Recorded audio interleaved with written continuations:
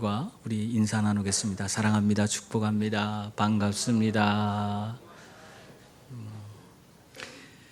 예전에 한 드라마에서 가습기 살균제 피해자들에게 용서를 구하는 그런 장면이 나왔는데 그것에 대해서 참 인상 깊게 봤습니다. 그때 드라마상에서 톱스타로 인생의 전성기에 오른 주인공, 여주인공이 이런 고백을 합니다. 분명히 저에게는 죄가 있었습니다. 가습기 살균제로 인하여 사람이 죽거나 다치는 일이 있다면 그 제조회사는 틀림없이 그 사실을 덮으려고 할 거라는 정도는 저도 알고 있었습니다. 그런데도 저는 제 남편이 그 사실을 밝힐 경우 남편은 물론 저와 우리 아이가, 우리 가족이 위태롭게 될까 봐 저는 남편이 이 일을 하는 것을 반대했습니다. 저는 남편에게 저와 이 일 중에 하나를 선택하라고 강요했습니다. 그래서 남편은 저 때문에 이 일을 포기하려고 했습니다. 그것이 바로 저의 죄였습니다. 이 자리를 빌어서 여러분에게 사죄를 드립니다. 저는 제 아이와 가족만을 소중하게 여겼습니다. 그리고 그것을 지키기 위해서라면 다른 사람들의 아픔은 외면해도 된다고 생각했습니다. 다른 사람의 아픔 아예 알려고도 하지 않았습니다. 가습기 살균제로 인하여 진정 억울하고 절실했던 여러분들께 정말 죄송하게 생각합니다 하고 말했습니다. 이것을 드라마에서 그 여주인공인 김아중 씨가 한 대사입니다. 그렇지만은 사실 우리 사회에 실제했던 이 가습기 살균제 사건의 그 가슴 아픈 그런 이야기를 우리에게 들려주고 있는 그런 내용입니다. 여러분, 지금까지 밝혀진 이 가습기 살균제 피해자는 258명이었고 그중 113명이 사망했습니다. 하지만 지금 이 시각에도 자신이 뭐 때문에 고통당하고 죽어가는지도 모르는 그런 잠재적 피해자들은 수백만 명에 이른다, 그렇게 추정하고 있습니다.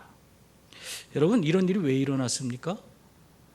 이런 모든 일들은 사람보다 돈을 더 귀하게 여기는 그런 생각 때문에 이런 일들이 일어난 것입니다. 이렇게 사람들은 자신의 여러 가지 환경 가운데서 또 상황 가운데서 무엇이 옳은지 그른지를 떠나서 철저히 자기중심적인 생각을 하게 되는 것입니다. 자기의 이익을 위해서만 행동을 하는 거예요. 그래서 오늘 소개해드린 이 드라마의 여주인공처럼 무엇이 옳은지를 알아요. 분명히 무엇이 옳은지를 알면서도 나와 내 가정을 위해서 옳지 않은 선택도 그냥 거침없이 하고 사는 것이 바로 우리들의 모습입니다.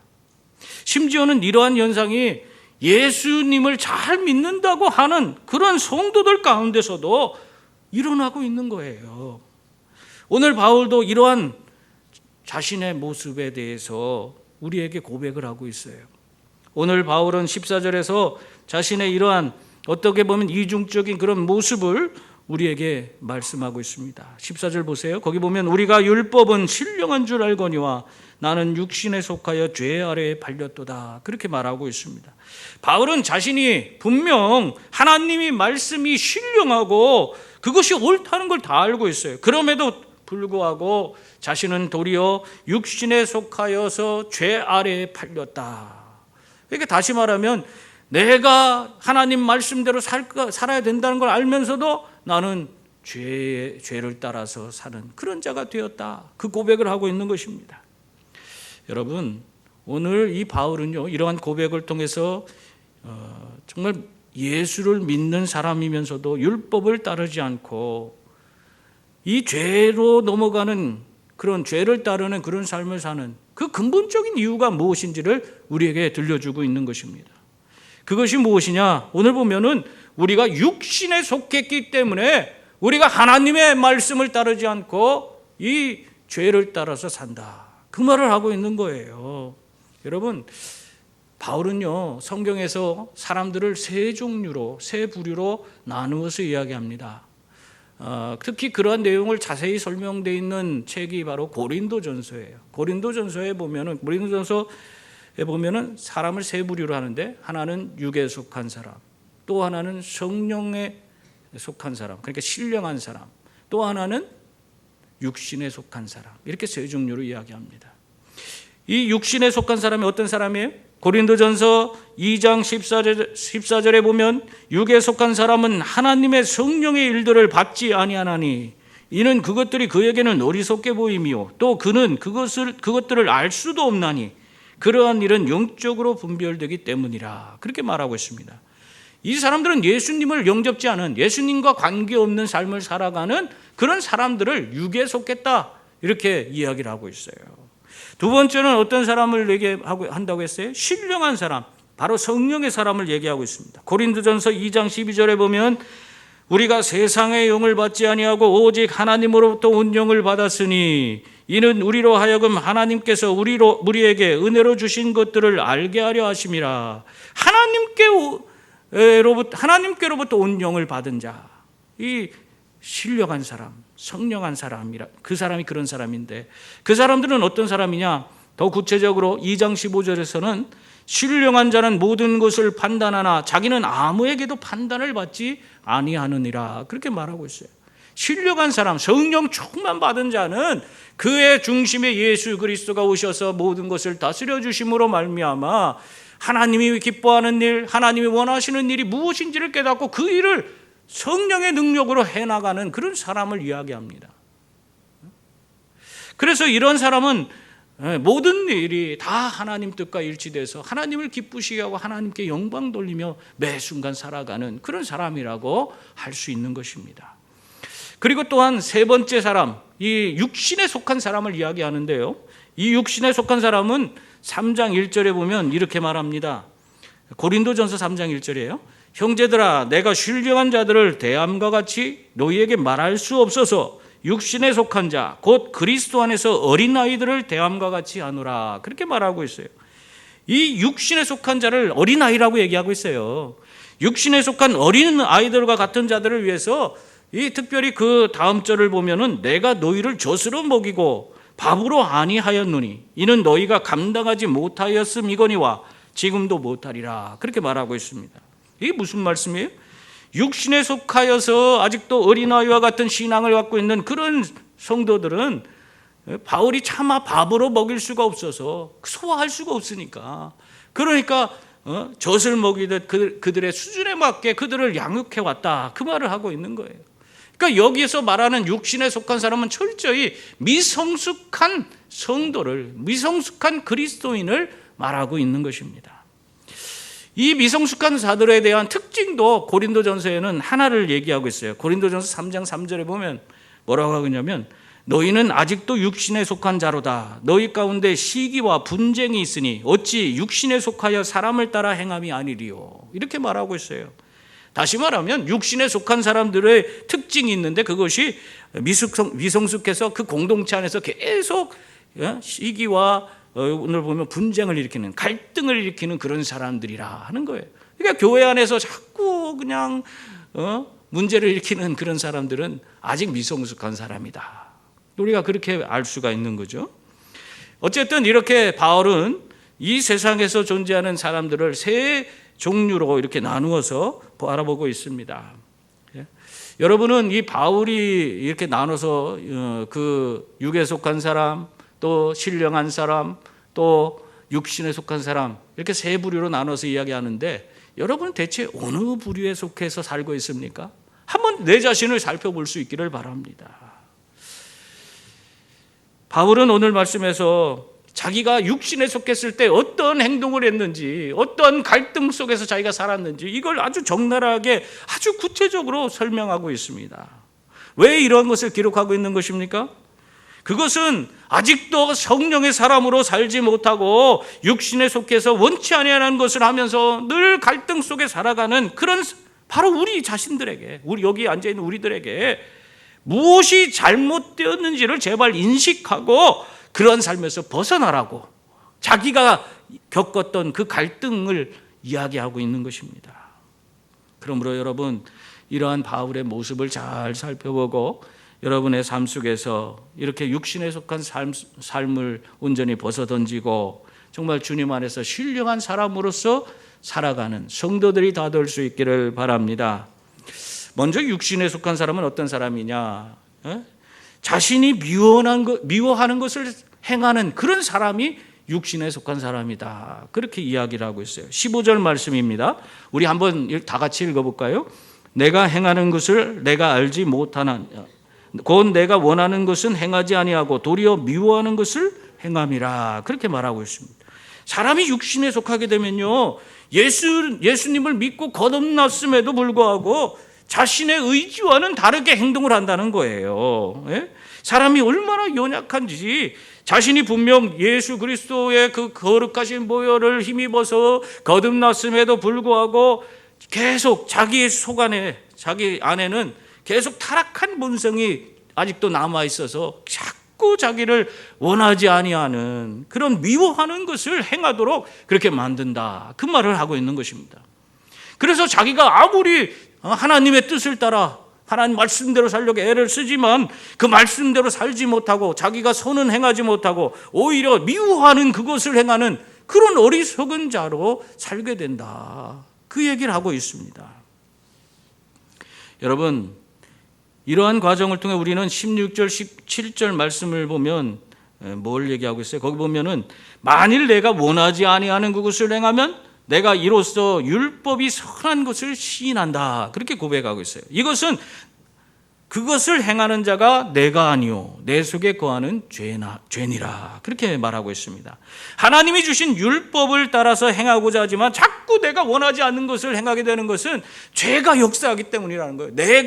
나는 하나님의 법이 선하고 옳은 것을 알고 내가 하나님 법대로 살려고 하는데 자꾸 죄가 나를 자꾸 사로잡아서 하나님 뜻대로 행동하지 못하도록, 그렇게 미워하는 것을 행하도록 그렇게 만든다는 거예요. 그래서 이걸 통해서 결과적으로는 우리 율법 자체가 선하다는 것을 드러내는 것이다. 그 말을 하고 있어요. 여러분, 결국 우리를 정말 온전치 못하게 살게 하는 것은 우리 안에 있는 죄인 줄 믿습니다.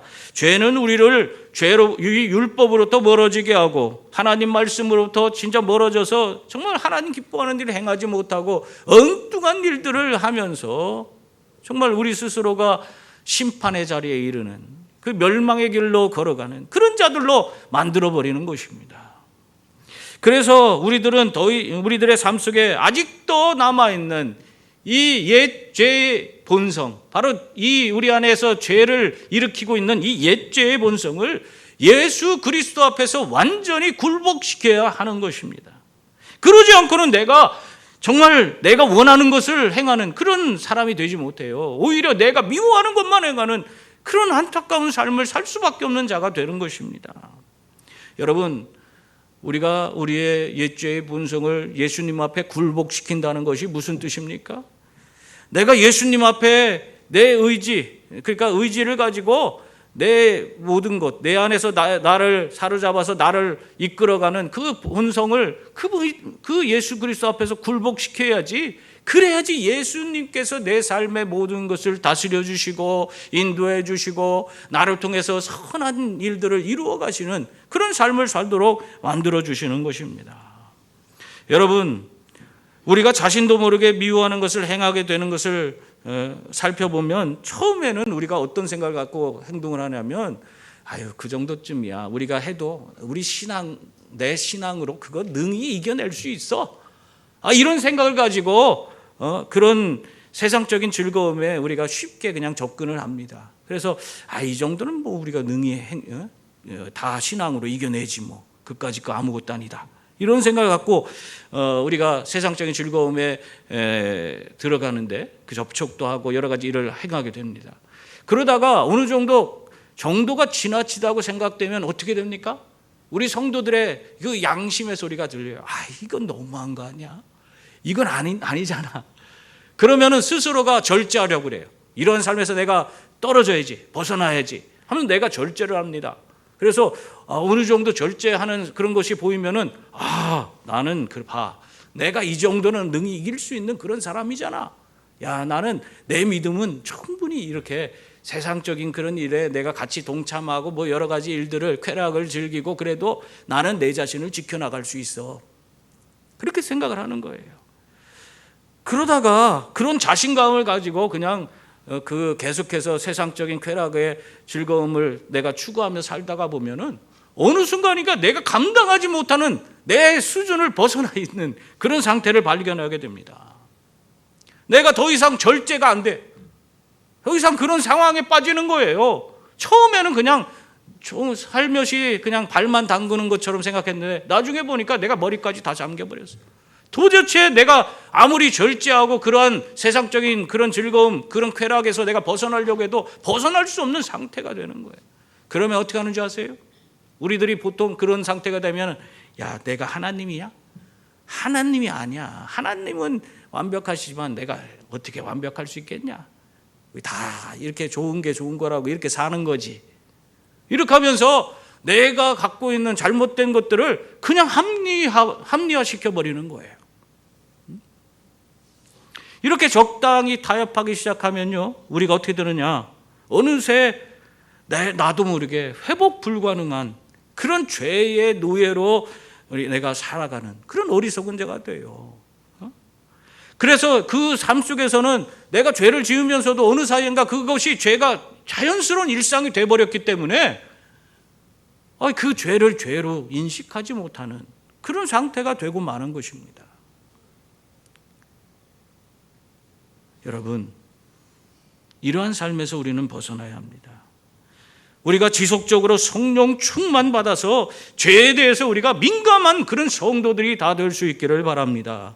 그래서 내가 미워하는 것을 적당히 타협하고 받아들이는 그런 어리석은 자가 아니라 우리가 주님을 내 삶에 모셔드리고 그분이 주시는 힘과 능력으로 정말 하나님이 미워하는 것을 내 삶에서 끊어버리고 하나님 기뻐하는 삶, 또 나도 기뻐할 수 있는 그런 삶을 살아가는 성도들이 다 될 수 있기를 바랍니다.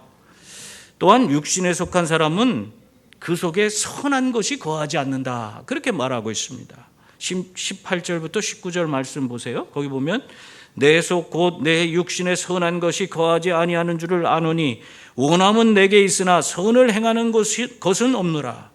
내가 원하는 바 선은 행하지 아니하고 도리어 원하지 아니하는 바 악을 행하는도다, 그렇게 말하고 있어요.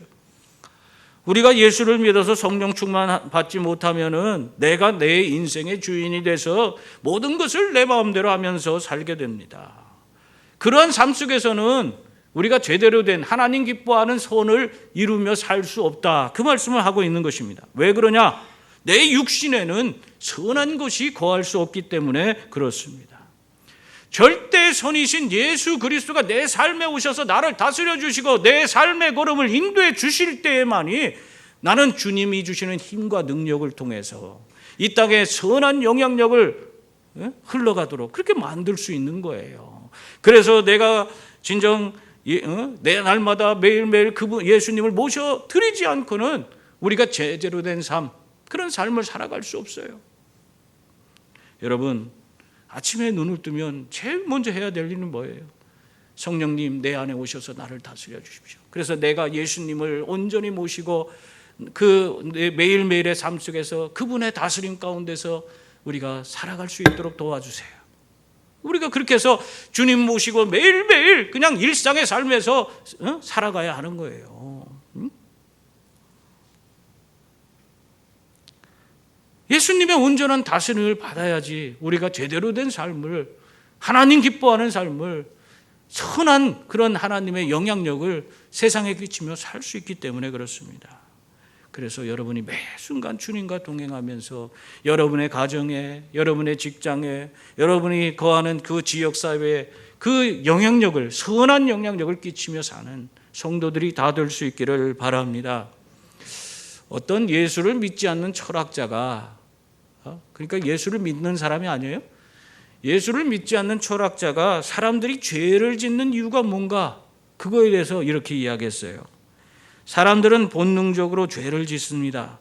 아무도 왜 그런지 이유를 설명할 수 없지만 자연스럽게 몸이 가는 대로 하다 보면 우리는 죄를 짓게 됩니다.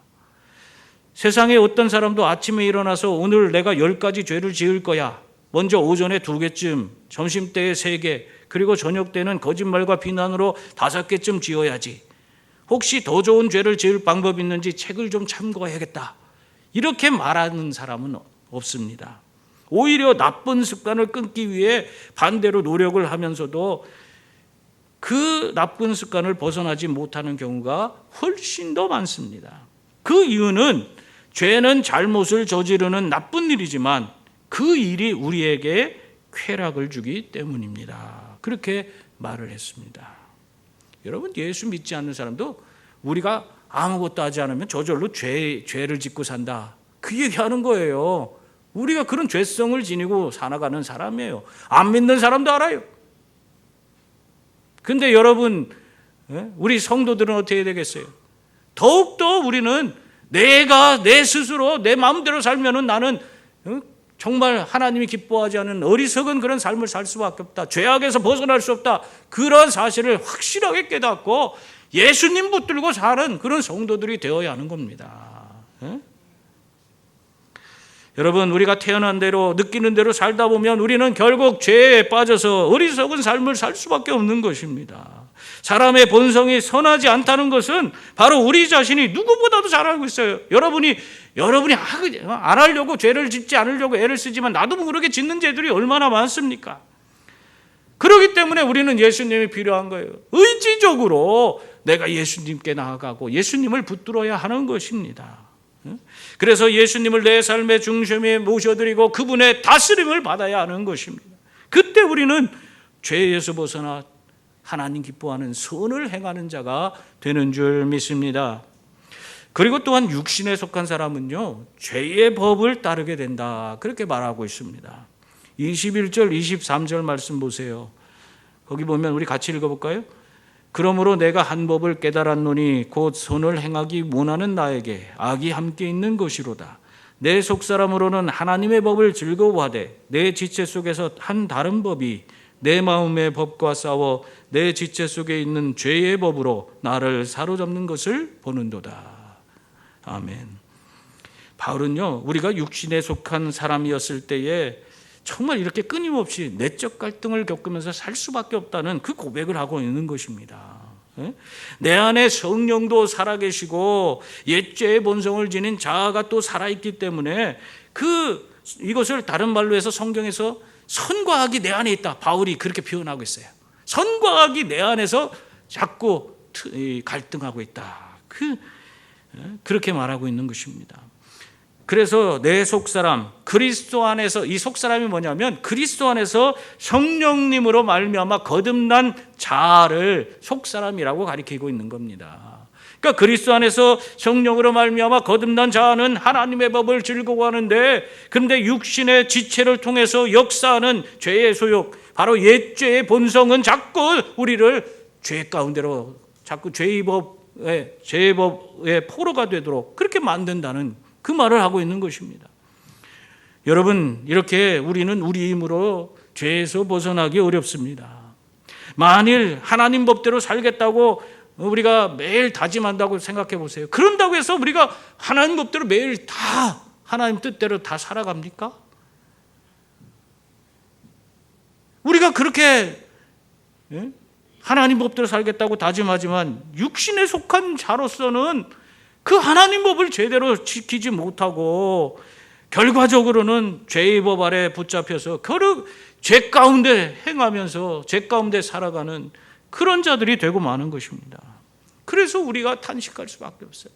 내가 아무리 노력해도 안 돼, 아무리 열심히 애를 써도 안 돼. 그래서 오늘 바울은 자기가 자신이 24절에서 이러한 육신에 속한 때에 자기 자신을 바라보면서 오라, 나는 곤고한 사람이로다, 이 사망의 몸에서 누가 나를 건져내랴 하면서 탄식하고 있는 것입니다. 어떤 사람도 자기를 이 절망의 몸에서 자기를 건져줄 자가 없다는 거예요. 너무너무 답답하다는 것입니다. 그런데 바울이요, 25절에 가면서 놀라운 고백을 하고 있습니다. 우리 주 예수 그리스도로 말미암아 하나님께 감사하리로다. 그런즉 내 자신이 마음으로는 하나님의 법을, 육신으로는 죄의 법을 섬기노라, 그렇게 말하고 있습니다. 우리 주 예수 그리스도로 말미암아 하나님께 감사한다고 그렇게 얘기를 하고 있어요. 왜 그러냐?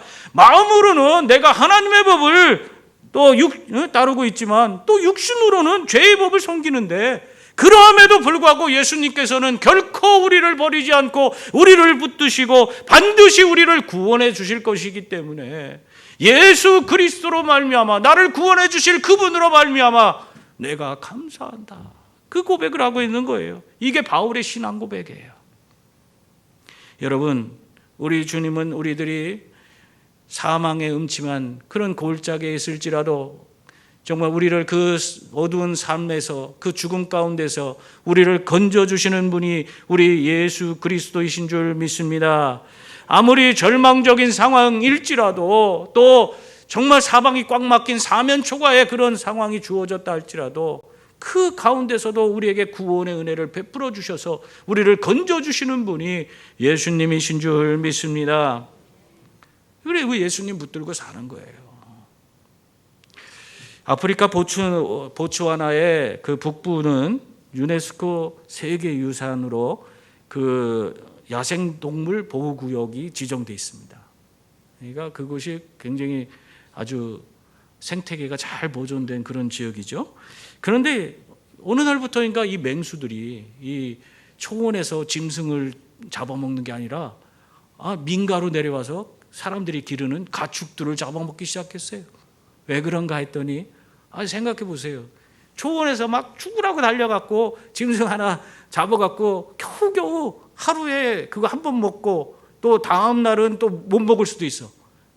그러다가 또 며칠 지나서 또 한 마리 잡아서 먹고 그러면서 사는 거예요. 그런데 사람들 사는 곳에 가니까 짐승들이 버글버글해.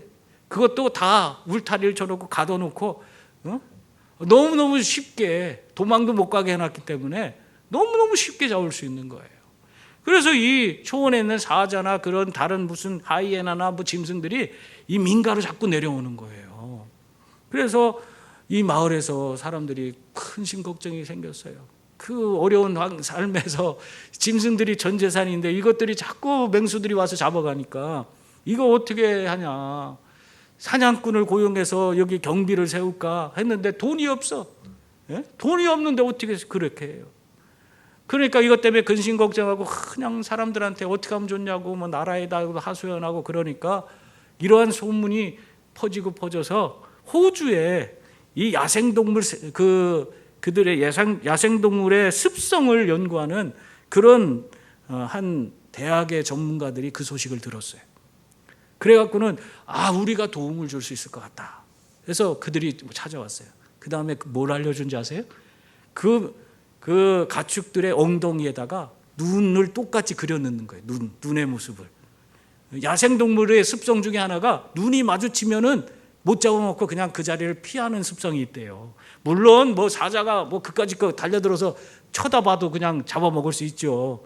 그런데 정말로 눈을 이렇게 엉덩이에다 그려넣었더니 그 다음부터 4년간 한 번도 이 짐승들이 와서 가축들을 잡아먹지 않더래요. 놀라운 일이에요. 그죠?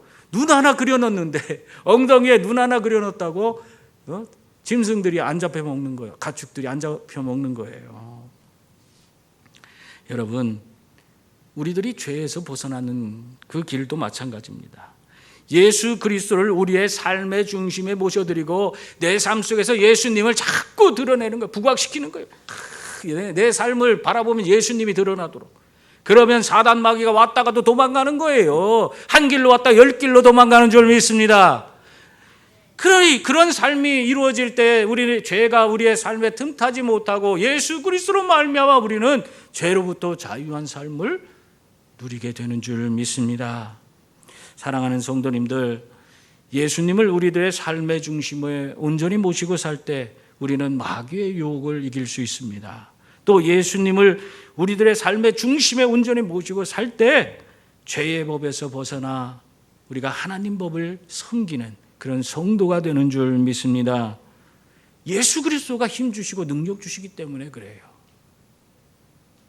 예수님 때문에 그런 거예요. 그러므로 언제나 성령의 사람으로 예수님을 여러분의 삶의 중심에 모시고 살아가시길 바랍니다. 그래서 여러분 안에 있는 예수님을 온 세상에 드러내고, 그래서 여러분의 삶의 이 삶, 그 곤고한 삶에서 벗어나서 하나님이 주시는 은혜와 평강을 누리며 또 하나님의 법을 온전히 여러분 삶 속에서 이루며 날마다 기쁨과 감격 속에서 살아가는 성도들이 다 될 수 있기를 주님의 이름으로 축원합니다. 기도하겠습니다.